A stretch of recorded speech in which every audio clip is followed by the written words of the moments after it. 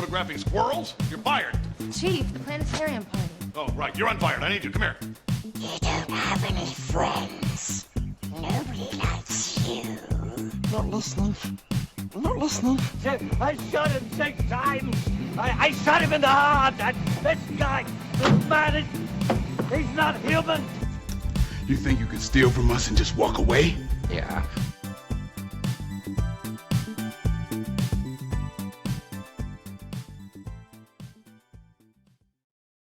Welcome back to another episode of Get a Load of This Movie, a franchise movie podcast where we talk about movies that are a part of a franchise. That means 3 movies or more, but today we are breaking our one and only rule. We made one rule when we started this podcast, and today we said, we don't care. We just don't care. We don't. We don't care, and we are not just breaking one rule, we're breaking a few rules today because we have a very, very fun episode for you. Zach, what movie are we talking about that is breaking our one rule? It's Planes, Trains, and Automobiles. Talking about some P's, right. T's, and some A's, man, but not Paul Thomas Anderson. PTs and A's. He was PTs sitting and on that. A's is correct. Came up with that while I was driving home from work. Got trapped in East St. Louis because I took the wrong exit. That sounds like something that would happen in Planes, Trains, and Automobiles. Oh my gosh. I can't. There were so many decisions in this movie that I would like to talk about because it's just like, what are you doing? Corey, and I know it's the point, but I'm excited to talk about it because it's just like... Something about me just makes me think that you hated Dell. Like, you could not stand Dell. Not hate. There was moments where I was like, come on. But there was also moments with, what was Steve Martin's character's name? I can't think of it all of a Neal? sudden. Was it Neal? It was Neal. It's Neal. Neal Page. Neal Page, that's right. Neal Page. But we could talk about that once we get into the movie because I have very specifics that I want to bring into. But like I said, we have a very special episode. We have a fun episode, and we're breaking not only one rule, which is we talk about movies that are part of a franchise. I'm breaking another rule. And instead of the call sheets, I have a new section I would like to do in place of the call sheet. And I like to call it the Chit Chat. Rachel, we're being abducted. I was sitting in Gordon's cage. No, I didn't rig those charges. Your man, your plan. Do I really look like a guy with a plan? And that's our intro for this new section called the Chit Chat. Do I really look like a guy with a plan? In this section, something I wanted to start with. What's your guys? You're gonna step on his new section? You're gonna step on his I had a whole plan. What are you doing? I had an intro thing, and Corey didn't let me do it. You had an intro thing? What do you mean? He just did a whole drop. He made his very own drop for it. Corey did it. I didn't have to help him at all. I was as shocked as you are, Cole. And he made a big deal about it. This is his new section. And the second he starts it, you cut him off to be like, I have something. And just... Fine, you don't even know what I'm Corey, going to talk about. You can talk about something afterwards. But I put together this entire thing because, you know what? Stranger Things is coming out, and I wanted to talk about my power rankings. I wanted to do my Stranger Things power rankings. So I made a little presentation for you guys, and I ranked all the characters, all the villains. Wow. Okay, not every single character, because when I was going through the list, there were like... There's a lot. There's a lot. And like the editor of the paper that Nancy and Jonathan worked for, I did not include. So there are smaller characters that I didn't include, but any multi-season characters are definitely on this. So we're going to go through it, and I'm going to walk through how I feel about each of the characters, starting with my least favorite and working up to my most favorite. So at the very bottom, and each section has its own little fun name, at the very bottom, we have Gone and Forgotten. That's right, we have 8, Barb, and we have Papa. Gone and Forgotten. I hated these characters. I cannot stand these characters. They did not do their best. But they didn't do their... but that is Gone and Forgotten. Section 2, we have Gone and Never Forgotten. We have Bob and Alexi. You know, they weren't here for a long time, but they definitely made their impact. And if they were able to, like, make some sort of cameo in this last season, like, look back at Bob, look back at Alexi, I wouldn't be surprised. And you know what? I wouldn't be that upset either. Next section. Can't wait for them to die. This would have been my lowest if we didn't have dead characters, but I had to rank the dead characters. These are my least favorite characters of the ones alive. Whenever Will is on screen, I want to scream. I cannot stand because he does the exact same thing. He rubs the back of his neck like Zach does when he gets stressed out, but he gets No, that's Sydney goosebumps. from Scream. Yeah. Yeah. She always does that. Zach does Who else this. does that? Well, no, we do does that. that I too. think when we do it, though, we're doing like the bit from It's Always a- Sunny. It's like, are you getting the Yeah, neck that's thing? right. Are you getting You getting the neck? I'm That's- starting to get the neck thing. I couldn't place it for a second. And then him and Jonathan, they're just, you know what? In the first season, I didn't hate Jonathan, but that hate has slowly grown. And he really is getting under my skin. And then I have Mr. Wheeler. I think that's pretty self-explanatory. Next one. He doesn't deserve his wife. No, he definitely does He not. just doesn't. And Jonathan doesn't deserve Nancy. It's astounding that This she. is the Reagan era. He's carrying that household financially. I think we're being a little bit too hard on Mr. Was it Byers? Is that No, Mr. It's Mr. Wheeler. Wheeler. But Mr. Wheeler. yeah, Mr. Mike Wheeler. Byers is like in the trailer park. Yeah. We don't really Yeah, see him much. He's not doing good. Villains that stuck around too long. In season 2, I wasn't really sold on the Mind Flayer, but I was like, okay, that's fine. And then in season 3, I was kind of expecting something different, and we get the exact same thing, and it just wasn't that interesting of a villain to begin with. But I guess they had to do something else because they wanted to introduce the Russian storyline a little bit more. I don't know. It just felt like you're doing a little too much. If they would have only kept him for one season and then comes back in season 4, in season 4, like how the Demodogs and the Demogorgons were back and all that, I think it would have been fine. But just because he was back to back, I was like, okay, I'm kind of getting tired of this by season 3. Next one, characters that do their part. These characters definitely hit on what they're trying to accomplish. I don't think they go above and beyond anything, but they definitely hit their mark. Mrs. Wheeler is on this. I think she had a really good. Was Corey, it season that is 3? a phenomenal picture. I had to put that one. That is a great one. I put Mrs. Wheeler on this because she had a really good season 3, but everything else kind of been falling apart. Not falling apart, but everything else kind of been subpar with her. But she had a really good season 3, so I put her up to this one. Everyone else, I think they're good consistently, or good consistency, but I don't know, nothing super special. But now we're getting into the special characters, and that's they use their time well. So I really liked when these characters are on screen. I think they're used very well. I have Mr. Clark on here. He is so good when he is on screen. I'm kind of upset. I just finished my rewatch, and he was not in season 4. And I think that was abysmal that he was not in season 4. But the Demogorgon, Mike, and Vecna, One, Henry, I thought they were all very good. On to the next section. Love scenes with them. I cannot look away when these characters are on the screen. I think that's pretty self-explanatory. Murray is just so funny. Murray's I was the rewatching best. season 4. He is so good at the very beginning of season 4 when it goes to California and is like having dinner with their family. He's like, who do I know that lives around here? Joyce! He's so good. And Robin was a great addition in season 3. And then in season 4, I think she kept her charm. Corey, what line from the actor who plays Murray do we quote as a friend group a lot? Arnie Palmer alert. You Arnie get Paul. my wife's name right. You lucky dog. Yeah. Things I have never done with anyone. All right. That's good. That's from the other guys for people that don't know. We Next love section. That was I an awful really- bit of podcasting bias there. Really hope these characters don't die. That includes Nancy, Hopper, and Dustin. These are great characters. Dustin in the last season was getting a little annoying, but I still really like him overall.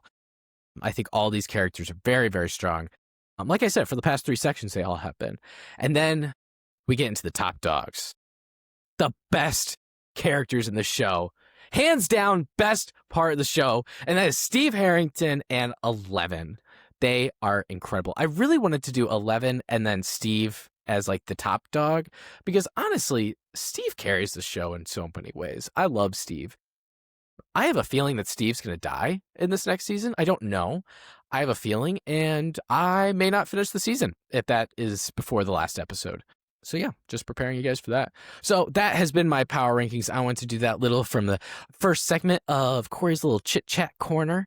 And I hope you guys enjoyed it. And I guess, Cole, if you want to fucking go. Corey, you left Erica, Lucas's sister.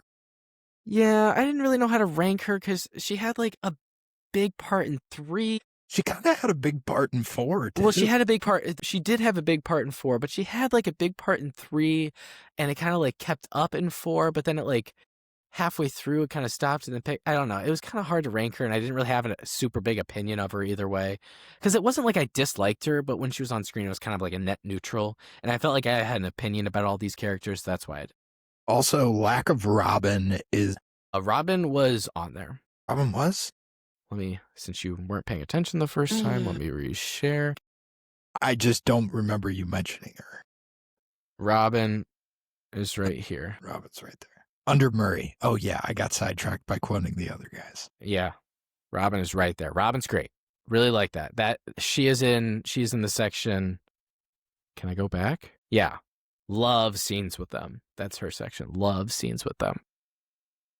Cole, since you wanted to interrupt to begin with, I don't know. do I just not get to talk about Stranger Things since you did a whole? No, go ahead. What do you guys think? Do you guys have anything that you were arguing? Or that Well, you're going to argue? this was Disagree completely with? sprung on me, so I didn't have a chance to provide a whole power ranking. But in the past 2 minutes, while Corey was wrapping up his, I was able to give my top 5 Stranger Things characters, as well as my bottom 2. So coming in at bottom 2, we're gonna have Will and Argyle, I think, and then maybe even a wild card Hopper season 3 specific. What was wrong with Hopper's- Hopper in season 3? Oh, That's he's so when he annoying. like regressed into just drinking and kind of Well, that's not being a it's just- caricature He's just dad being character. he's just being really He's- much a caricature of like, oh, I'm a mean old dad about 11 and blah blah blah. It was just Keep really your stupid door open and 3 really inches. yeah. But that letter. The letter kind of I was redeems it gonna right there at the say. end. Yeah. Counting down from He's just trying his 5. hardest. Actually, we'll go 6. 6, Dustin. 5, Joyce. Love Winona Ryder. 4, Robin. 3, 11. 2, Hopper seasons 1, 2, and 4. And then obviously number 1, Steve. Like, come on. Yeah. What are we Yeah. talking about? It's just not even a Steve the competition. hair Steven's hair. so good. That's a whole breath I'll never get back with saying something that obvious. And I regret doing it. You don't love me? It's so good. What does he say? don't know His why. finger looking good. Whatever it is. All right, we're really getting niche now. That's like season 2, episode 1 type dialogue. I think we're reciting. Cole, do you have your All right, top 5 go ahead. characters in Stranger Things? If you have that off the Don't. top of You've your had head. a What? whole 3.5 minutes to prepare. Wanted to know. There was an album that has come out since we last Whatever it recorded. was. Whatever it was. Didn't listen to it either. Showgirl? You didn't That came listen out to since we last recorded. Yeah. There's no way that we recorded that. That came out after we recorded the last one. Is We that already no, did a no. whole Taylor Swift opening, but go ahead. What's your question? I was just going to ask, what's your favorite song off the album? not Life a of a great Showgirl. album. I like the title track. Yeah. I listen like to it quite Sabs? often. You like Sabs? Sabby Carp. Sabs. Sabrina. Savvy Carp? Yeah. I was All right. I was like, what, are you trying to abbreviate the name of the song? Are you like friends with her? Is that what you're trying to tell No. us? Happy Friday. Sabs Sid. is the reason Mom Donnie won. Who? Yeah. Okay. Well, that's a whole rabbit hole, but yeah, I guess change of butterfly effect a little bit. Sure. I honestly probably the Fate of Ophelia. That's a basic answer, I guess. There's whatever the third track was. I remember thinking that Opalite, was that's mine. Opalite. what was it called? Opalite. Yeah, Opalite. that one. That one's really catchy. Yeah. Overall, though, not a big fan. I mean, I think it's fine. I don't think it's a bad album. Whoa. Oh, I think this and Tortured It's Poet okay. Department are probably her weakest since her original album, though. For me, I really. She's lost her touch. that's going on TikTok. I don't think it's an event anymore for me. Like, the way that we reacted when Folklore dropped and it was like, awesome, new Taylor Swift album, let's go. Like, I think that's kind of. Go I ahead. do want to say this. I think it was mainly you that was really excited when Sure, I Folklore don't think it dropped. was a we. It was I was Well, not- it excited definitely with Society you. for sure. It wasn't I just think me. Society was pretty amped for Life of a Showgirl. Right, but I think I'm saying I'm bowing out. I think I'm no longer. I'm Can I withdrawing from ask? Society. I think he's officially. too Can cool. I ask? I Can think I he's ask too something? Can I Yeah, ask something? What was it, if you can put a word to it or a few? I just think it kind of washed over me and slid off. Nothing really stayed with me. I think there were some catchy hooks in there, and I'm sure we can say it's a satire on like being a performer, being in the limelight, and all that. But and there's some really flowery lyrics in there that are like, okay, she's clever, but it's almost like forced cleverness. You know what I mean? Like it's just like, okay, like that. It's like, get it? Like you're a poet. You're a tortured poet. Department. It doesn't feel as earnest. Maybe it doesn't quite have that same that heart.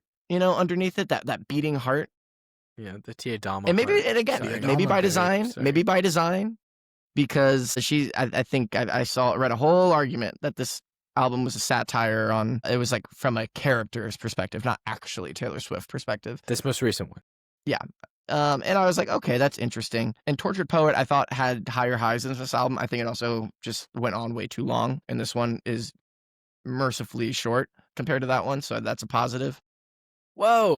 But even like Midnight's, which I think when it came out, I was like, that's a good album. I don't think it's a highlight for her. Even now, Midnight's compared to these last two, I'm like, it seems way better. So it does feel like a slow. Maybe it's me losing it. Maybe it's me. Maybe it's not her. Maybe it's me. I don't know. On to Got us talking. the action. Even the opening scene, there's always some random girl who gets a call that undoubtedly ends up getting her killed. It's also predictable. There's no element of surprise. You can see everything coming.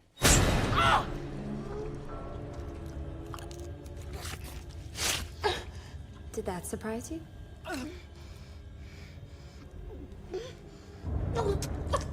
Why? Because you talk too much. Now shut the fuck up and watch the movie.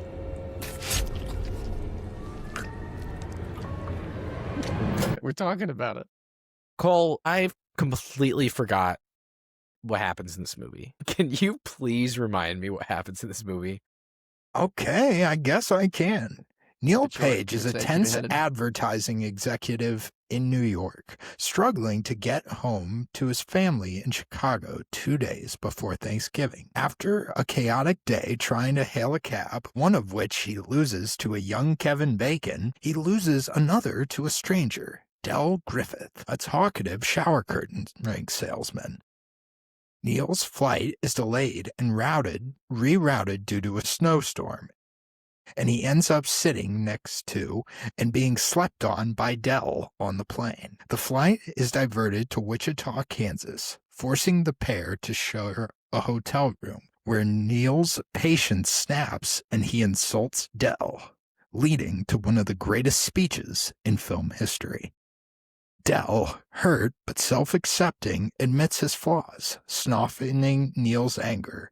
During the night, a thief steals their money. Neal tries to travel alone by train, but mechanical problems strand everyone in Missouri. That's right, Missouri. Let's go, Missouri. Sorry. He and Del reunite and continue together by bus. Sorry, I got clicked off my summary. Thought you were apologizing for your I thought you were Missouri, apologizing for the Missouri side thing, too. bit. No, I'm sorry. I don't know what came hate over me. Missouri. Fuck Missouri. I don't. After another falling out in St. Louis, Neal's car rental plans collapse, leading to an infamous tirade that gave the film an R rating. Del rescues Neal with a rental car, but they narrowly survive a highway disaster that ends with their vehicle catching fire. Broken, exhausted, Neal initially abandons Del, but later takes pity and shares a room where they bond as friends. On Thanksgiving Day,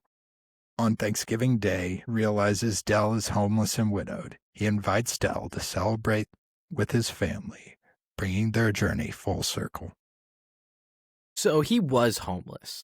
He was, I think the term is technically he's a vagabond, which means like you don't have a home, but you're not homeless.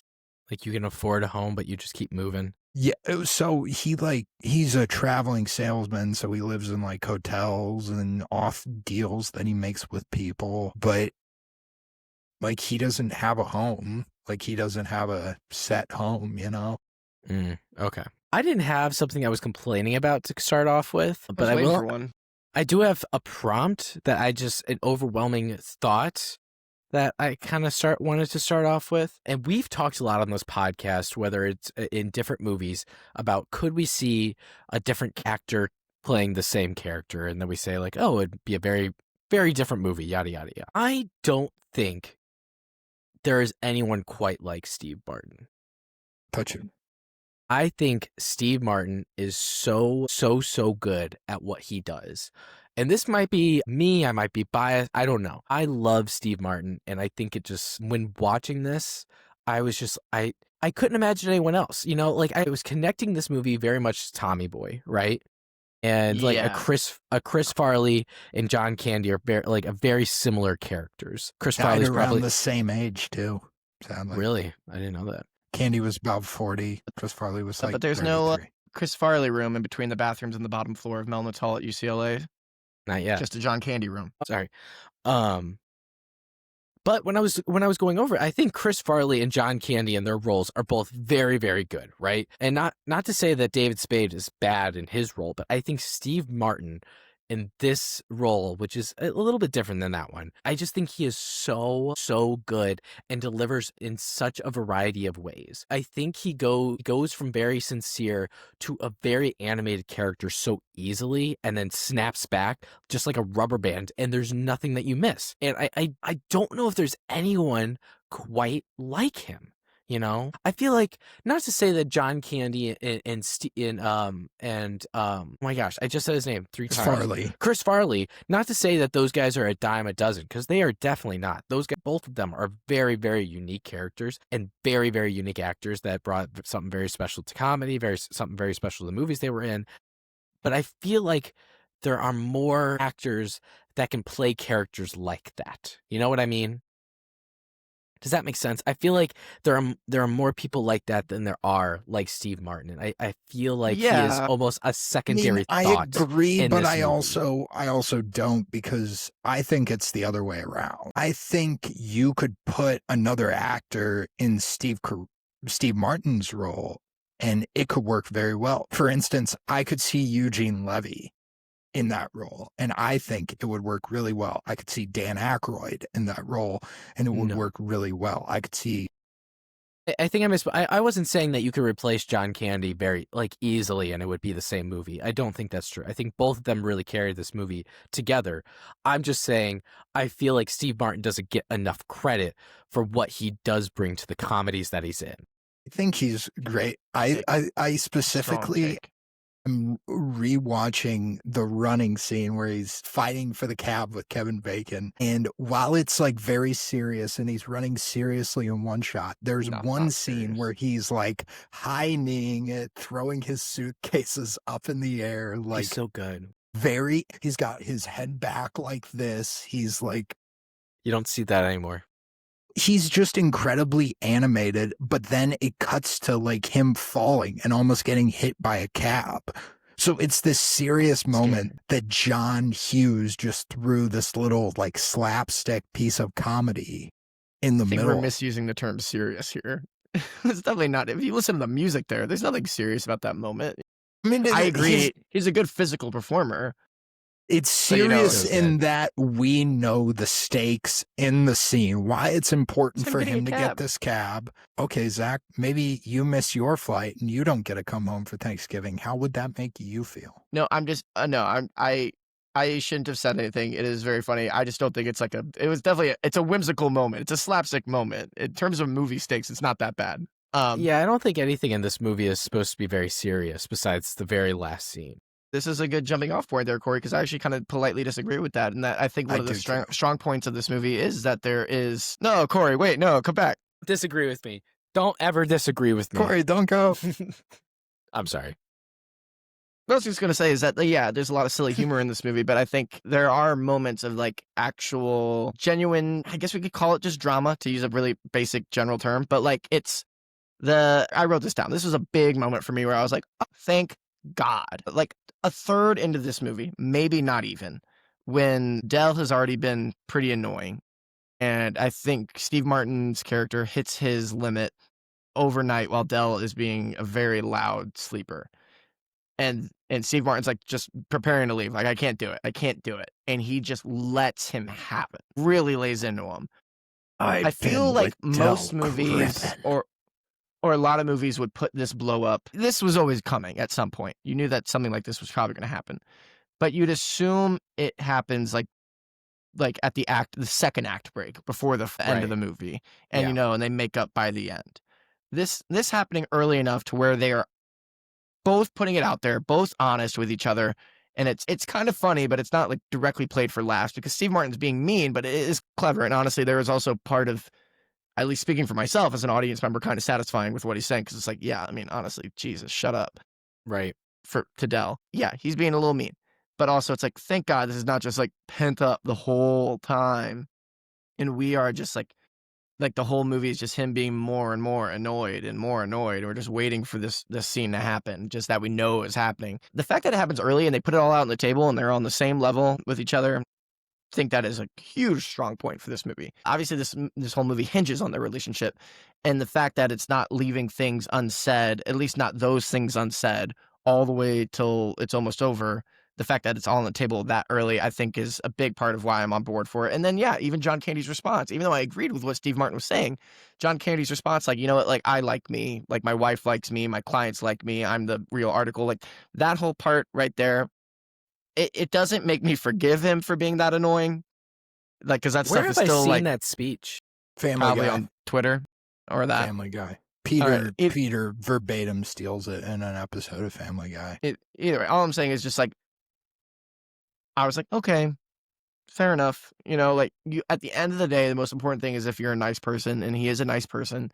So it does get me back on board with him a bit. But I'm just saying, like, those moments, and then there's more of those later. That's just like the highlight of it. I think that is what, because this is not the funniest movie by any means. Not the funniest 80s movie by any means. Not the funniest type of movie like this, a buddy comedy by any means. But it does balance it really well with, like, a surplus of, like, earnest, actual heart and emotion and, like, just actual real conversation. Very human, Cole. Well done, Cole. That's a good word there, Cole. I appreciated that. Fuck you. 100% agree with you. But I was watching this and I kept, like, thinking to myself, like, yeah, Neal is sympathetic. There is sympathy I get when I watch this guy because we've all been there. We've all been delayed. We've all had bad shit happen. People lose their luggage. I mean, his problems are very real. That being said, he does not make it easy on himself throughout the entire movie. He continually blows up at people. He is actually kind of rude to a lot of people. He is very rude to the poor lady working the rental car center. He's been through it at that point. Not trying to defend him, but it's like you can't see anywhere where that came from. It's not like it came out of nowhere. No offense, man. I've had a bad day. Like, but it's like he just keeps letting it get the best of him. And then Del, that's what really pisses him off about Del, because it's like they're on the bus and they're singing and Neal tries to sing a song. It's not catchy, so Del has to save him, you know? And it's kind of like their dynamic works because he thinks in a way he is above all of this, when at the same time, Del's just like, yeah, I'm just a guy. I'm just a shower curtain salesman. He's very open about who he is, and he's more than happy to just help this random guy. And I think it's funny that he hates him because, yes, he's causing these problems, but he's also trying to find the little joys in life that he just can't find, and it's continually pissing him off. Yeah, that's a good quick side note, Cole, because what you said reminded me of this. This is one of my all-time favorite tweets, and it's travel related. Remember, if your flight gets canceled, most airports have a secret fleet of backup planes with lots of seats, but they're only available if you're mean enough to low-level employees. I didn't know that. That's good to know. That's always good to yell at them when I'll keep that in mind. Delayed. Yeah, it's kind of like, you know, that he's just he's mean to a lot of people throughout this movie, and it exudes. What I love about John Candy is this warmth that, like, comes out of him when you see him on screen. I was watching this movie, and it's been like a few years since I watched it all the way through. Every once in a while, I'd like look up the speech just because I think the I Like Me speech is a great speech.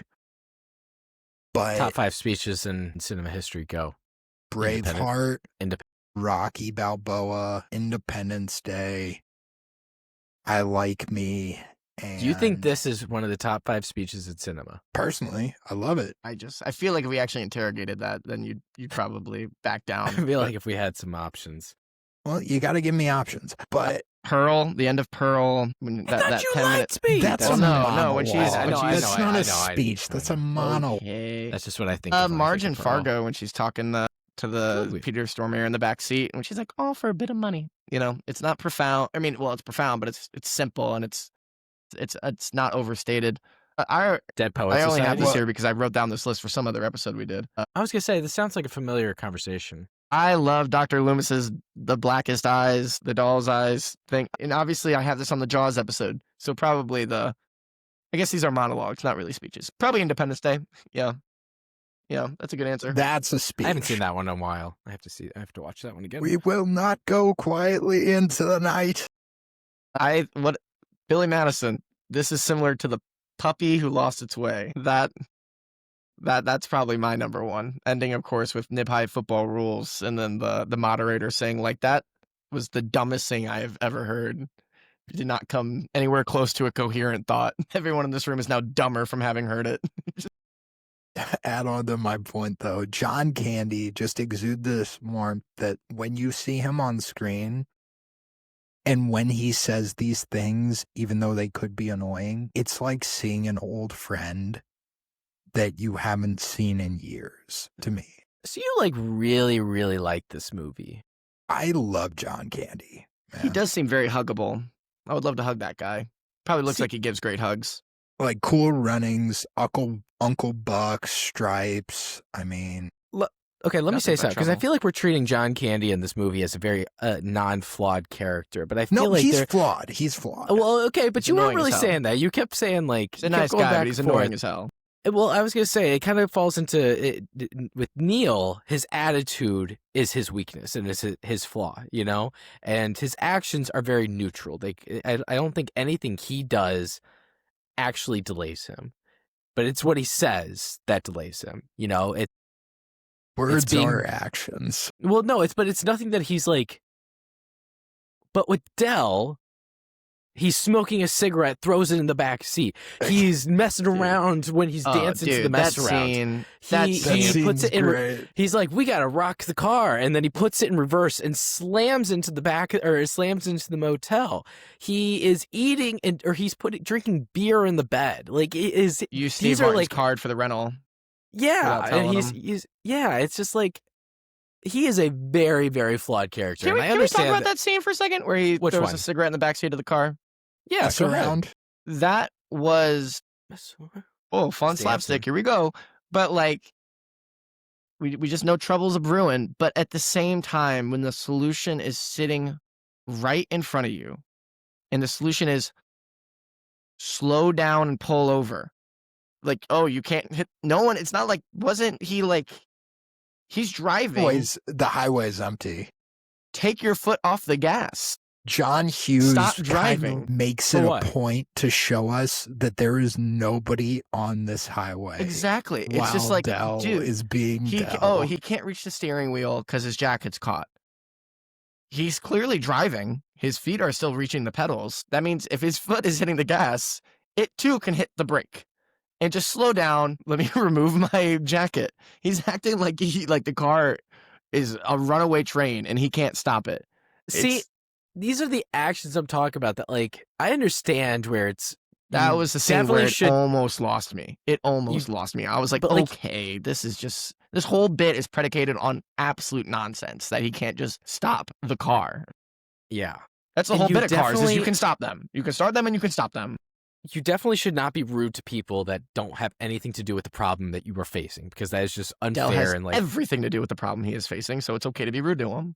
But like, no, it's not even that. But you definitely also shouldn't just be an absolute idiot when you have someone else right next to you, or you can endanger other people. Like that is just as much of a character flaw, and almost worse.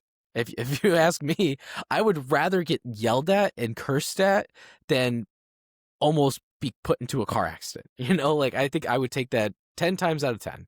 You know, so I feel like we were talking very much about how Neal was a bad character in that sense, but I feel like they were just like they kind of reflected each other, and they filled it like where one of them lacked, the other kind of made up for it. And so together they were like almost functional, but also together they were completely dysfunctional. You know, they both had the flaws that the other one didn't have, and so they kind of failed. And where one succeeded, the other one failed, and the failure always kind of made its way through the cracks. Like, you're drunk. And then Neal starts going along with it. Like, they're finally warming up to each other. How would he know where we're going? I wrote that down. I loved that bit. But then they go between the cars, and then there's the skeleton shot. That was scary. That was ridiculous, but I appreciated it. And it's a 10-second shot of John Candy as the devil. I felt that kind of one. like that. That was bonkers. I like that. I felt that one. That felt like, very Evil Dead-esque. It's subject. I didn't even remember what a non-Sam Raimi movie was like. You know, it's been so long. I know. Did that not feel very Evil Dead-esque? But like, what's your favorite straight man, funny guy dynamic in a comedy? Like, I wrote down some options here, and I didn't like. Okay. I didn't look up like a list. I'm sure there's a list out there that probably has some that I missed, because I know I missed some. I feel like I've missed obvious ones. But like, I think Finding Nemo applies actually with Marlin and Dory. Yeah, I think there's a very similar formula there with Marlin and Dory, especially with they're kind of on a road trip too, in a way. I'm just getting and porn. He's also trying to reunite with his family. There's a lot there. Shrek, Shrek and Donkey. I wouldn't call Shrek the straight man though in that relationship. I mean, yeah, like, he absolutely in that relationship. He absolutely he's more than Donkey, but I wouldn't say it's like the straight Don't man. be anti-ogre. You're about to ogre shame. I can feel it. It's you're about to be that group with the pitchfork. Oh, that's bad. Get your torch and pitchforks. This is a good one. John Candy is kind of like the gross nature of Shrek mixed with the talkative yappiness of Donkey, if we really want to like analyze his character in this. So Tommy Boy already wrote, honestly, a modern one, Friendship, with Paul Rudd and Tim Robinson. Don't need to see that. Is Paul Rudd a straight man? And compared to Tim Robinson, he absolutely is in that movie. I guess. Honestly, Hot Fuzz, kind of, in a way. I think that follows a similar formula with their relationship, at least. The nice guys, if you want to call Russell Crowe the straight man in that, Ryan Gosling's the sillier one. But here's one that my girlfriend Madeline brought up that I was like, oh, it's a show, but also there is a movie, so maybe not. Weird flex. SpongeBob and Squidward. The SpongeBob movie is not Squidward and SpongeBob, it's SpongeBob and Patrick on a road trip. But like the show in general, it seems like there's Squidward and SpongeBob, Squidward being the straight man, SpongeBob being the funny guy. I guess that's true. The best moments in the show for me are not SpongeBob and Patrick, they're SpongeBob and Squidward. Squidward being completely annoyed by SpongeBob, but also some of the best moments are when Squidward does kind of come around to SpongeBob a little bit, even if it's a fleeting moment, like the end of Pizza Delivery, or the entirety of, honestly, what might be my favorite episode, which is Dying for Pie, where SpongeBob eats the explosion pie and just Squidward, maybe out of guilt, tries to, just let SpongeBob have a good day. Like, that's when what he believes to be SpongeBob's last day. But like that dynamic, like the graveyard shift, or like when they're talking about the hash slinging slasher, SpongeBob and Squidward together is my favorite dynamic of that show. That, I'm sorry for bringing up SpongeBob for people who don't like SpongeBob, but that's honestly probably my favorite funny guy straight man dynamic. That's a good one. Sponge. I have one that I didn't really think of before, but kind of looking at it, maybe Ghostbusters. Bill Murray, it's kind of like Bill Murray's the funny man, kind of the funny guy. Yeah, and then Aykroyd's like the straight man, honestly. In that. Dan Aykroyd and Harold Ramis is kind of the straight man. He's also kind of goofy too. Honestly, if anything, Harold Ramis and Bill Murray are their own type of eccentric, and then Dan Aykroyd and what's his face? Oh God, what's the other guy's name that joins? What's his name? Ernie Hudson. Winston. Yeah, but what's his character? Yeah, sure. Okay, Winston. Yeah, I was looking for the character's name. Those are kind of the normal guys. So, and Sigourney Weaver is normal. So, yeah, but that was like the reason they didn't put Eddie Murphy in the script, because they didn't need another funny guy. They needed someone to like come in off the street and be like, "What the fuck is going on here?" That's a pretty I don't know if that, the street. Yeah, that we had. I'm sure we had a whole conversation about that on our Ghostbusters episode. Go check that one out. Go check out Ghostbusters. And then don't check out our episodes on Ghostbusters 2, the girl one, or the two new ones. Luke Wilson in Old School. Luke Wilson being the straight man in Old School. Yeah, honestly. Yeah, for Found a sure. Reddit And then you thread. have a similar description there with Hangover, with Zach Galifianakis obviously being the eccentric one, and Bradley Yeah. Cooper and Ed Helms being the straight man. I mean, you have everything Jason Bateman basically does. Jace, yeah, I would see. I'm glad you said that because I Michael was thinking it and then Bluth. I forgot about it. But I was thinking about that. Like, Bluth is like the straight man he in a could show do the Steve Martin of role the here. I think maybe without the eccentric- physical comedy. Okay, recasting today. It's it's Jason Bateman. And Paul Walter Hauser. Paul Well, Walter yeah, Hauser. yeah. That's not. If I'm picking someone to like fill John Candy's shoes, like right now, if we're being honest, we know it would be Chris Pratt, but I think it's probably a better pick there. Though But honestly, if it's Walter Andy Hauser, Dwyer, if if it's it's Andy difficult. Dwyer, Chris Pratt, I think it works. Do we get movies like this anymore? I think this movie, like I said, is pretty earnest and unapologetically sweet, and it's an R-rated film, and somehow still like a family-oriented R-rated film. well, I mean, it's like only Cole said, it's only R-rated R because of that they- one scene. Yeah. But Even I'm just though saying, he like, has this is his kind of a hand in his novelty. butt. Got It's his not going to hand get in you an his R butt rating. cheeks. That's thank you for Didn't doubling see down. anything. I'm just saying this is the type of comedy that I feel like we associate with older movies like this, like in the 80s or 90s, like a lot of them, Yeah. and then maybe some of the 2000s, but I think that's when they start to dwindle off a bit. So I don't know. When can you guys think of the last one? Do you guys still think we get comedies like this? I wasn't really sure. Nice show prep, assholes. Well, no, I'm trying to think of a way to say it because I think we do, I but don't I have also any either. don't. I don't think anything that'd be big enough would. We get would less have to be. comedies now in general. It seems like, don't we? It I seems know, like and we I- do so, get like, less comedies. Zach, we've had the conversation that like Booksmart is this generation's version of that type of comedy. You know, Super bad. Super Bad, I think fits into that as well. But Booksmart was more recently. That's why I was trying to tie it to that. So I think we do, but it's like very rare that comedies go to theaters. You know? Yeah. Because nowadays, like, if you don't need to see a movie in theaters, why would you go see a movie in theaters? But before, that's all you could. If you wanted to see a new movie, that's how you saw a new movie.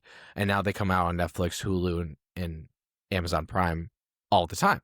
So it's like, why would I pay to see a comedy movie in theaters when I would much rather use my money to see like whatever the newest action movie is that's coming out? Like when Stranger Things comes out, that one's going to theaters for the last episode. I think that's something that I would probably go to theaters to see because that's something big. That's an event. Just might. Spend your New Year's Day. New Year's Eve, but I definitely will go see a matinee on New Year's Eve. Yes, but like a comedy, like it's not gonna break any records with what it's doing visually. It's not gonna break any records with what it's doing audibly. So it's like, why would I go and hear jokes really, really loud when I could just watch jokes on my TV? You know, and I think because of that, we don't get as much investment in those type of comedy movies unless they're a little bit more not over the top, not like they're not as simple. What's I don't know. There's a little, Sincere. no. Like there's a little bit more to the story. The story's a little bit more complicated than just a guy trying to get home for Thanksgiving. You know, there's a little bit more going on. Yeah, but that's I you're right. feel But like- that's my point. Is like it really is like the main appeal here is that is such a relatable theme of just trying to just Yeah. go home. and see your Comedy has family. also It's so sweet. been kind of co-opted into this genre where there has to be this romance element that isn't or just Deadpool and between, Wolverine.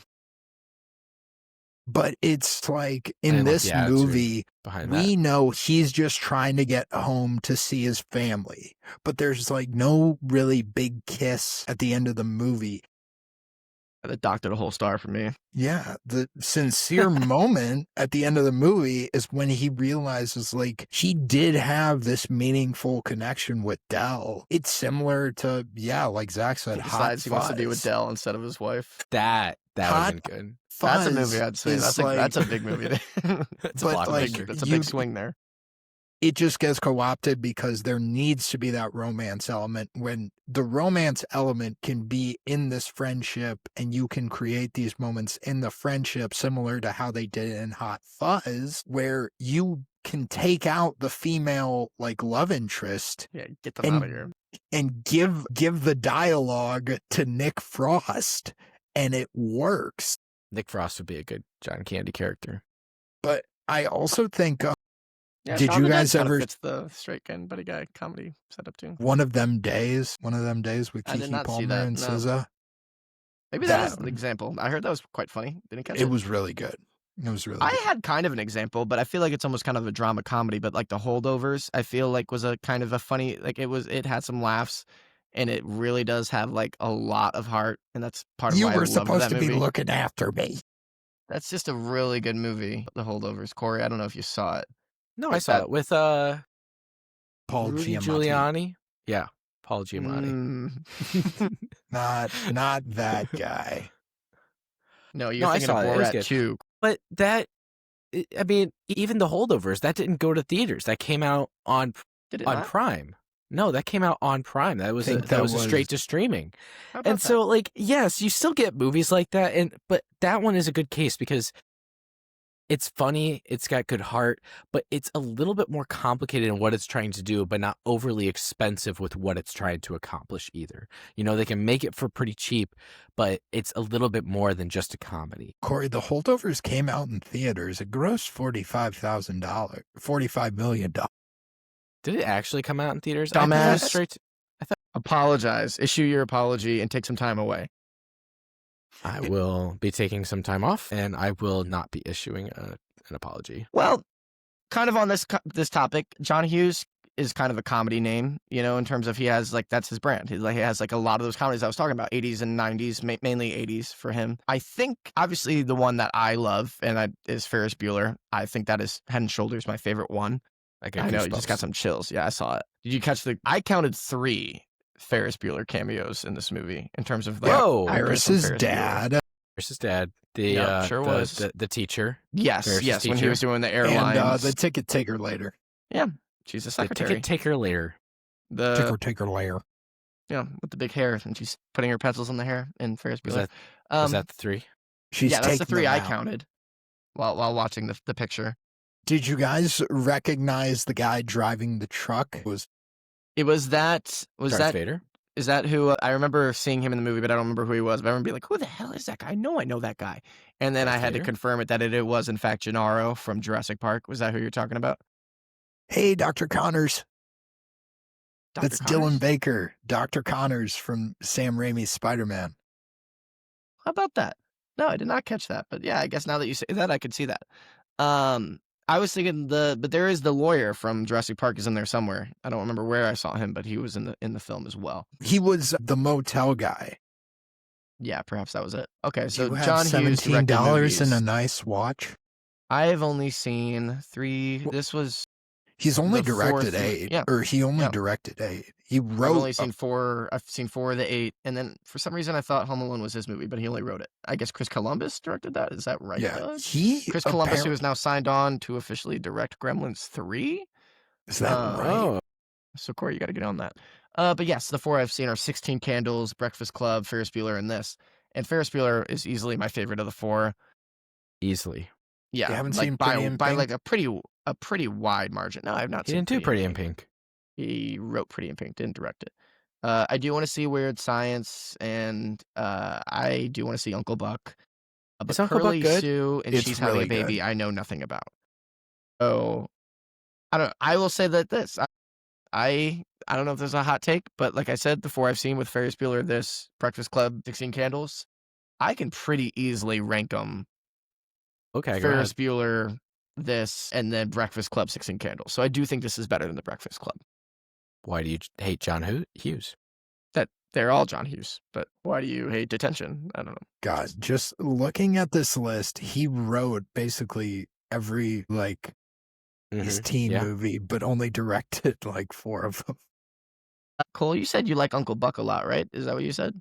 Yeah, I really like Uncle Buck. So how many John Hughes pictures have you seen? 4.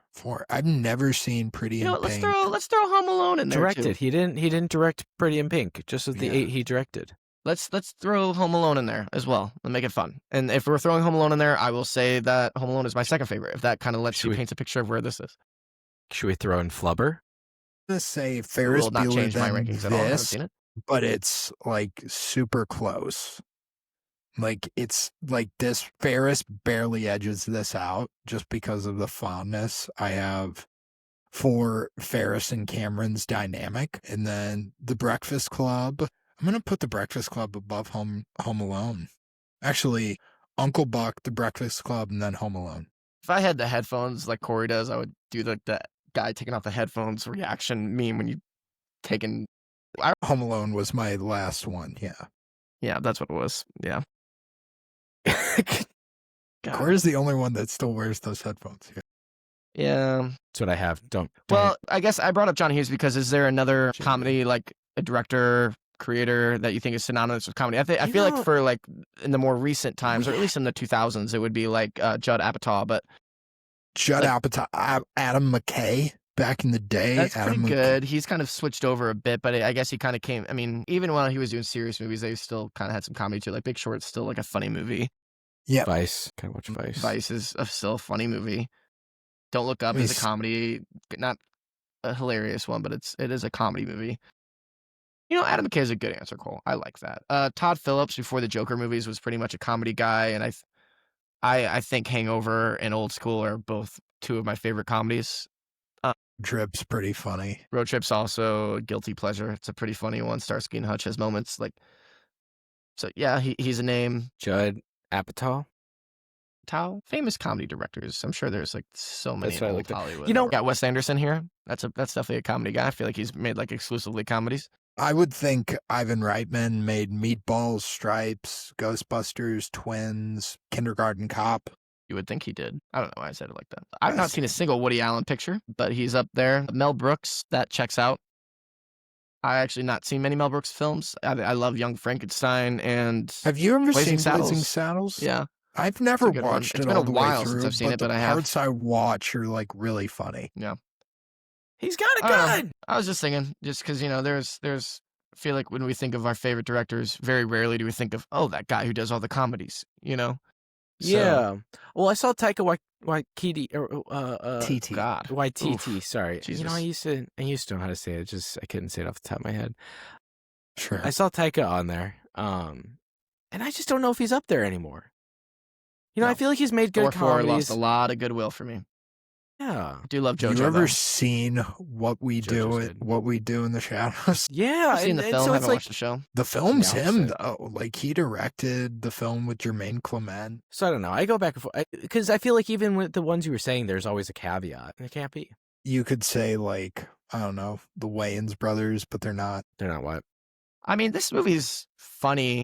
I don't think it's hilarious by any means. I think its actual strength is not like, oh, the jokes, but like just kind of like I already said, like the heart to it. Like it's definitely got that old school kind of heart that you see in old comedy movies like this. But It definitely gets your blood pumping, this movie. This movie, I feel like it just gets you your anxiety kind of really spikes when you're I watching don't know this if my movie. anxiety was that high. I think it was just kind of, I never felt like I was really in that situation with them because it's just so goofy. You know, it's Not not when like they I'm were on the watching road like, trip. you know, Adam Sandler sweat out a bet and Uncut Gems. You know, it's not that type of anxiety. That one's terrible. I can't watch that movie. I almost walked out of that It's a good movie. That It inspired. gets I your didn't start blood- sports betting until after I saw that. Oh my God.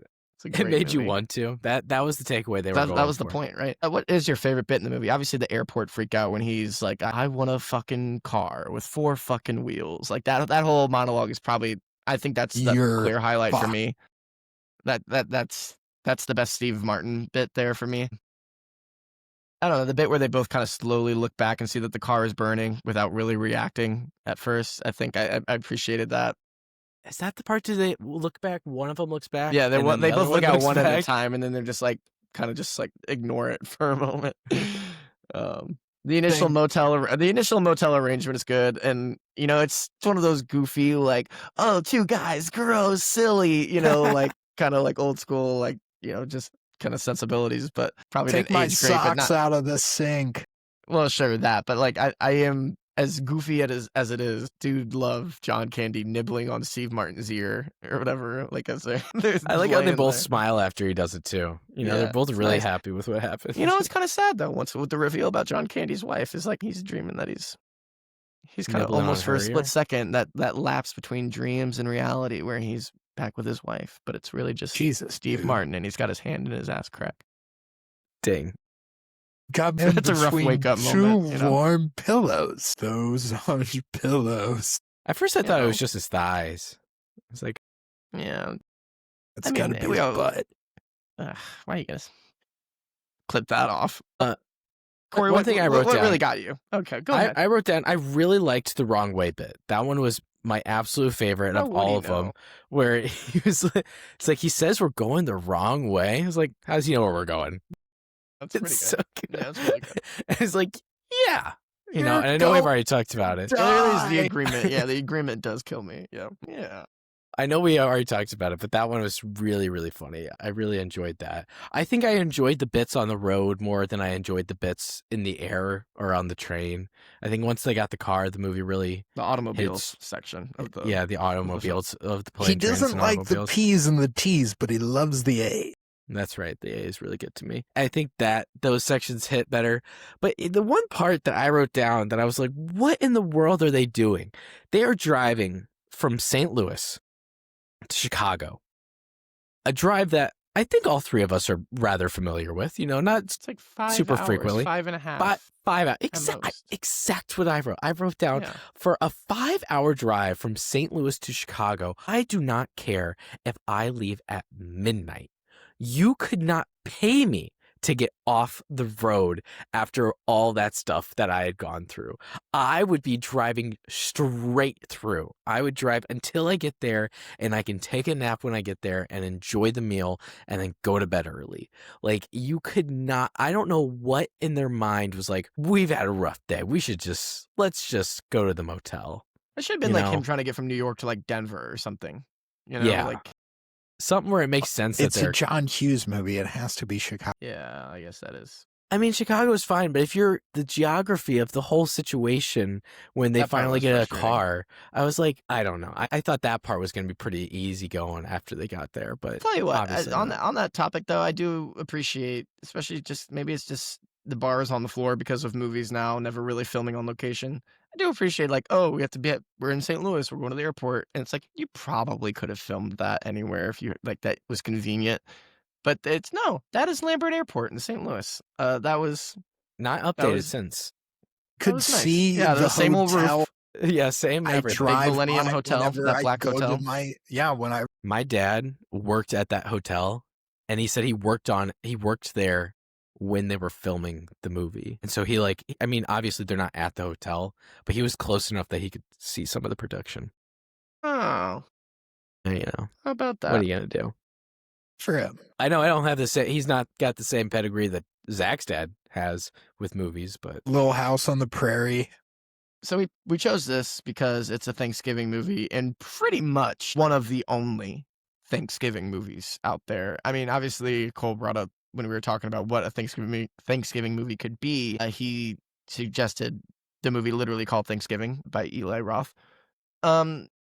You know, if we hadn't just done like a trilogy of horror movies, I probably would have been more open to it because I do enjoy that movie. But this really was it. This was it. You know, there are Thanksgiving scenes in other movies, but it's not like that's a Thanksgiving movie the way this is. So why do we think that is? My theory was just it's a strictly American holiday. You know, I mean, there are other versions of it for other countries, but like this is really like it's an American holiday, like the 4th of July, except with 4th of July, there are more 4th of July movies because I think it just sets a stronger scene because it's very summer and, you know, fireworks are cinematic, maybe. I don't know. America. Yeah. And yeah, well, again, this is just, I guess, yeah, that is more strictly patriotic, even though this is also just like an American only holiday. But did you have any thoughts on that? Why there's kind of a dearth of Thanksgiving films it's on the market? Kind of like you said, lack thereof? you can really Is that only what dearth pander means? to a global We're gonna find audience out. with global holidays, and Sure. you can't really do that. I mean, I looked up Thanksgiving movies. The only Look at one that. I could really Just connect looked it up. with like Thanksgiving, Tower Heist, because it takes place on Thanksgiving. We saw that in theaters, Cole. here's I think you took me to that for my birthday. Scent of a I think Woman. Sam. Yeah, and then we heard that some Cardinals were going to watch were there like the week before watching Real Steel. Part of the memory, but I won't contradict you. Could have They had a happened. picture. Jake Westbrook was one of them. Do you have this picture on you? I didn't have a phone. Do you have such a certificate? so But I'm looking up Thanksgiving movies, right? I'm But trying to get a sense. Like, you just can't pander to a global audience, though, with a holiday like Those are Thanksgiving. just not as strictly like seasonal, like Halloween or Christmas. Like those are so obviously like a season with decorations and music and movies for nobody Halloween. Like in look- Halloween movies, people love to like have horror movies on the screen for characters in horror movies. Just 'cause Nobody it sets a looks tone. at like a cornucopia and like Spell that. feels corn. O-R. I-copia? Can't say you're wrong. Doesn't sound right, but I don't know enough about how it's actually spelled to dispute it. Think it's simply Thanksgiving is not cinematic. Nobody, Christmas Why do you hate the Pilgrims? Christmas is cinematic. Christmas has snow. It's got a very, like, you walk outside, it's got a very romantic feeling to the season. Even Halloween got a very romantic or a very emotionally impactful ambiance to it. You have the changing colors, you have the darkness, you have like you have these elements that are very much tied to that part of the year. And that 4th of July, same thing. I'm trying to think of another holiday. Valentine's Day is just, you're going to get some rom-coms around then. Yeah, very similar. You like the colors are it's very easy to do that. With Thanksgiving. New Year's Eve, there's also a romantic likeness around rom-coms. Starting anew. Yeah, but with Thanksgiving, maybe it's that it's very American, and that could be it. But I don't think the that themes it's are their what time Christmas to is, pander. but not as good as Christmas, because like the Christmas Yeah. things of like, you just associate that with being together with your family. It's Christmas. Even if you're themes. not like you don't celebrate Christmas, there are other versions of that time of year where you just associate being around your family. Right. So like that, it's pretty universal in that sense, and also again, it's global. It's So- Christmas themes with the ambiance and the look of Halloween, Ooh. And so that's what it's. And so I just don't think like When you say it like that, it actually sounds like a pretty awesome holiday, but just not cinematic. But I do. it's love not cinematic. Thanksgiving. It's not. I think that's all it comes down to. And I think yes, there Mount is Rushmore of holidays. Actually, rank your holidays, because obviously Mount Rushmore is kind of easy if you just have to list Arbor 4. Day, number 1. Halloween, Christmas. First of all, Martin Luther King Day. That's gonna be my favorite holiday. Why do you hate the veterans? Veterans coming is up. Actually, That's coming up. Or yeah, did it already it's happen? coming. I don't know. Either way, No, the it's schools that I've Tuesday. sent for, Tuesday. I would say we have off school. Yeah, that's what it is. Columbus Day. I love Italians. What did you It's call it? actually Indigenous Peoples Day now. Actually, it's Movie Franchise Podcast Thursday. Now they just announced it. The docket passed. The Leaf- Docket Fest. It's obviously Halloween. Okay, Halloween. moving on. Halloween and then Christmas are the clear one too. But Thanksgiving, I think, does clock in at 3 for me. Really? Yeah, I think so. And then obviously 4th Okay. of July at 4. Yeah, 4 and 4 it fits. And also like fireworks are fun for the first few minutes, and the grand finale is always nice too. And maybe I just associate it with personal memories. I associate like 4th of July with like macaroni casserole at my grandma's house. But also like very rarely have I ever been at a lake at 4th of July. But I like that other people are doing it. It seems like a cool vibe. Associate fun. 4th of July with deviled eggs at your grandma's house. I don't like country music that much, but I'll like it if I'm on a boat or if it's 4th of July. I think that's when I'm like, I kind of have I get it moments, I get it moments. If I'm in a Cracker Barrel, perhaps. Zach here's Long Hot Summer Day by Ooh, Turn. or if Matt Carpenter is walking to the plate, then I like country music. Matt Cardinals. That makes Zach Cardinals, feel future Cardinals Hall of American. Famer, Matt Carpenter. Damn it. Is there anything else we want to touch on before we move on? No, I think that'll We're just kind of about off do on it a for tangent me. right now. It's Thursday. Cole is 3 beers deep. On to the awards section. Apparently they strayed off course, and we're fairly certain they're in guerrilla hands. So why don't you use the regular army? What do you need us for? Because some damn fool accused you of being the best. Okay, I'll go first.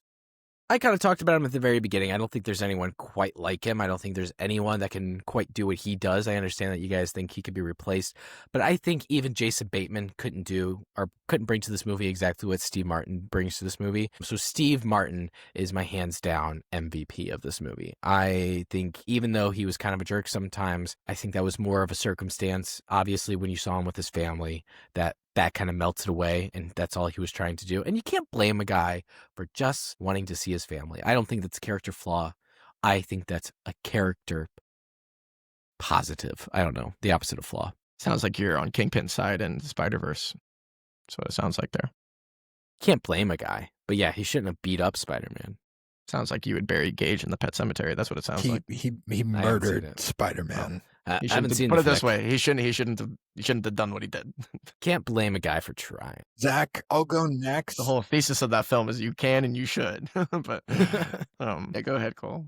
I know who I you're am taking. It's going fine. to go John Candy, the other half of the duo in this film. John Candy just exudes, I said it before, the warmth of an old friend that you haven't seen in a long time, but when you see him, he just brings a smile to your face.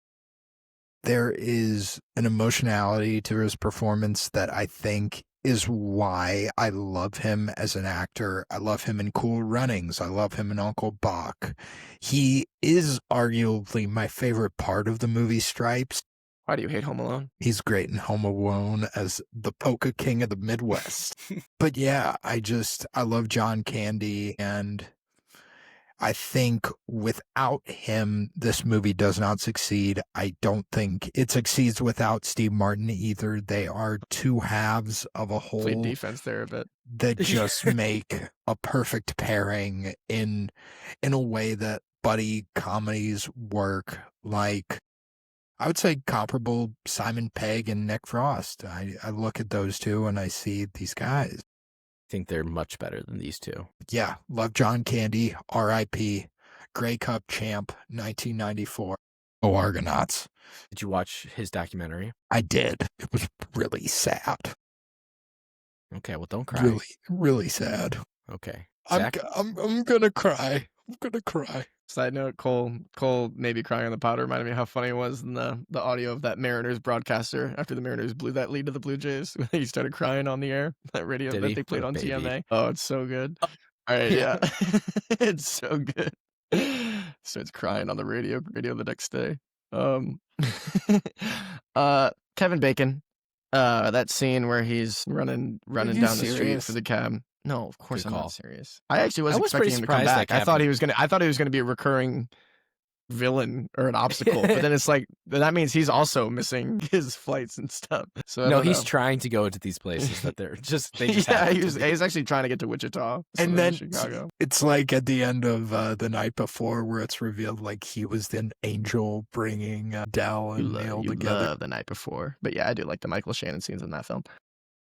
I'm gonna go John Hughes, obviously, just for what I said. I mean, he understands how to get the real human interactions. Like Cole said, when you use the word human, it's very apt for what I was trying to get at. There is a humanity here, and there's it's not afraid to be sweet and sentimental, and I admire that because I feel like that's kind of also what I was getting at with the comedies now thing, where I think they are a little bit afraid to be as sweet and sentimental unless they have like a rom-com angle to them or something like that. So that's just part. I don't think this is a hilarious movie by any means, but I could feel this is my first time seeing it, which I don't know if I've said that yet. This was my first time watching this. I could see why it's a comfort watch for so many people like Cole. So yeah, John Hughes. It's a solid one. Not touching Ferris Bueller, but I like him more than the other ones I've seen. Like I said. On to the review section. Says that they insist on outside opinions. What kind of opinions? Well, your kind, not to put too fine a point on it. I mean, let's face it, in your particular field, you're the top minds. Cole, tell everyone what we already know. How are you not ready? How is this sneaking up on you? I have to pull it up. What was up before? Your faces, your beautiful faces. You want to hurt me? Go right ahead if it makes you feel any better. I'm an easy target. Yeah, you're right. I have some bad takes. I also have some good takes. I could be a cold-hearted critic like you, but I don't want to hurt people's feelings. Well, you think what you want about me, I'm not changing. I like me. My listeners like me. My friends like me. Because I'm a real movie franchise podcaster. What you see is what you get. 4.5 out of 5. Nice. If they would have just got rid of that love interest, it would have been a 5 out of 5 for you. Did you guys recognize the actress who played his wife? It's a little niche, but did you? It's the boys lady. Yeah, Grace Mallory from The Boys. I do not. Zach, do you want to go or do you want me to go? You can go ahead. There are only 3 certainties in life: death, taxes, and Lambert Airport ruining travel. 3 out of 5. Nice. That's the St. Louis Airport for our non So a niche St. Louis one. space area. It's like I'm rephrasing. Did you do what I did? No. Well, no. Cole, I could have bet any amount of money that that's what you were going to do. I liked that one, though. I think that was well done, Cole. A real treat for fans of Murphy's Law, transportation logistics, and annoying people everywhere. Planes, trains, and automobiles. Pain, strains to get us to feel. Any reaction? Pain, strains to get us to feel love for its obnoxious co-lead. But it's the real article because of its excess of heart and its relatable theme of how nice it can be to just go home. 3.5 out of 5. Nice. I kind of messed up my delivery there at the end, but yeah. No, it's okay. We'll cut it back in post. Not On really. to the post-credit scene. You're still here. It's over. Go home. Now, when I brought up how there aren't many Thanksgiving movies, what we're covering next, I actually kind of picture in my head as a Thanksgiving movie for a couple of reasons. A, because it has like that fall look to it, like Corey mentioned earlier. The ambiance. And it's family gathered around, not for Thanksgiving, not to give thanks by any means. Maybe It's the quite people opposite, you actually. hate just... And also it came out around Thanksgiving, if I recall, in 2017, 2018, 2019 maybe even. Was it 2019 or 2018? The second one Was came out in this his? 2020. Was this one of his first? The second one was big 2021. It was I 2021. think this was one of his first big movies post. It was his first movie post Last Yeah. Jedi. Either way, we're talking. No, I'm talking about the guy in the movie. Whoa, spoilers for anyone who might not have seen the film yet. Oh, you're talking about Daniel Craig? Is that what you're talking about? Eat shit. Oh, okay. See, that is who I thought you were talking about. Either way, we're talking What about. are we covering? We're talking about Kiss Kiss Bang Bang. No, that's a lie. I don't know why I said that. Nice. Corey, I have you read seen that. Kiss Kiss Bang Bang? No. We're It's covering the really first good. of You a like it. trilogy that has a third one coming out, and we're gonna go back and forth with another trilogy that has a third one coming out. We're gonna go back to our old release schedule, how we did in season 1, where we would do one from a franchise, another from a franchise, and we go back to that franchise A, and then we go back to franchise B, and then franchise A, and then franchise B until they're both done. That's what we're gonna do to finish out the year here. So we're doing 2 trilogies, and the first trilogy that we're gonna start with is Knives Out. So that's what we've been dancing around. So that's what's coming up next. An whodunit. unofficial Thanksgiving film. Who has done this? Well done, Cole. Cole, what have you been watching? Watching Dancing with the Said that. Stars. That's what I've been. There you go, Cole. And Zach, remember when you said the person I was talking about wouldn't be on the show the next time we recorded? He's still on there. Andy Richter is still on the show. This guy won't quit. He's off, in the quarterfinals. They kicked off Danielle Fishel this week. They kicked off Topanga for this guy. She's so good. She's great. I love her. But yeah. Haven't Cool. really... I didn't watch the most recent episode, but I keep up with it online, so I know what happened. I also know that this past episode had Flava Flav as the guest judge. I heard it didn't go great. I don't know how true that is. Do you know how would you describe Flava Flav's? I didn't watch that part of it. You didn't watch that part of it. He was a judge. I did not see his judging. I came in late. And you skipped through the judging? I had to make dinner. What were you doing? Because he judges throughout the episode. I watch and then I leave and then I come back at the end. Well, I heard it was something to see, so I can't wait to watch it. I was hoping you could give me a rundown of it, but Andy Richter's still in it. He's in the quarterfinals. I don't know how this man is still going. He looks pretty miserable. He is. I will say this: he looks thinner than when he first came on. He's getting a workout. He's getting a workout every single week. So I do love him and Something to be Emma, him and his partner, Emma Slater, who she's one of my favorite of the pros on the show, but they look like they're like so ready to they're both because she's kind of carrying him. Yeah. He's just tired. They're like, when they hug each other, they're like, okay, this is our last one. Yeah. And then Andy will just slap his hand over his face, like, dear God, I have to come back. No, I think he still likes it. I think he likes being around the people and like the encouragement, but I think he's very tired. He likes Robert. Him and Robert have been best buddies. Oh, Robert Irwin? Yeah, him and Zach, what have you been watching? Yeah, it has been a while since we last recorded. I guess the notable things I went in the theaters and saw. I saw Black Phone 2. Didn't love it. I didn't love the first one, but I liked it, and I thought this one was just a step down from that, at least from the script perspective. Still, I'd say a third one if they, tighten it up a bit. I watched The Haunting, a 1963 film, it's Haunting of Hill House, pretty much. It's the original adaptation of Haunting of Hill House book. I had read the book recently, and I liked the book a lot, and obviously I love the Mike Flanagan show. The show is very much doing its own thing, lifting bits and pieces, maybe general themes from the book. This is very much a much closer adaptation of what the book is, and I was a big fan. For a 1963 black and white film, it felt very modern with the way that it's shot. Interesting. I appreciated that. I even saw some Evil Dead 2 influence in there, actually. And if anyone ever watches it, I think they'll pick up on it. Yeah, I think so. More so, like, it influenced Evil Dead 2. Evil Dead 2 did not go back in time and influence this one the way that Ash does in Army of Darkness.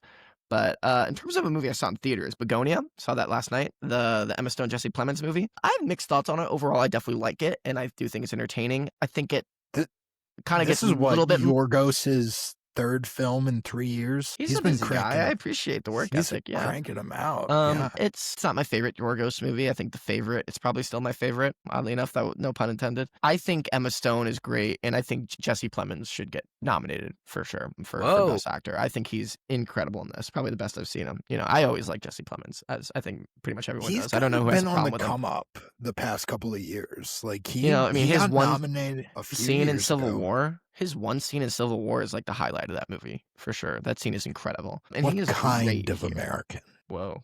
Did that sound weird for you too, Corey? Yeah, I didn't like it. Whoa. That was really scary. Thought you were too. Okay. Everything sounds weird, so I'm going to make my point and then probably hop off. What do you...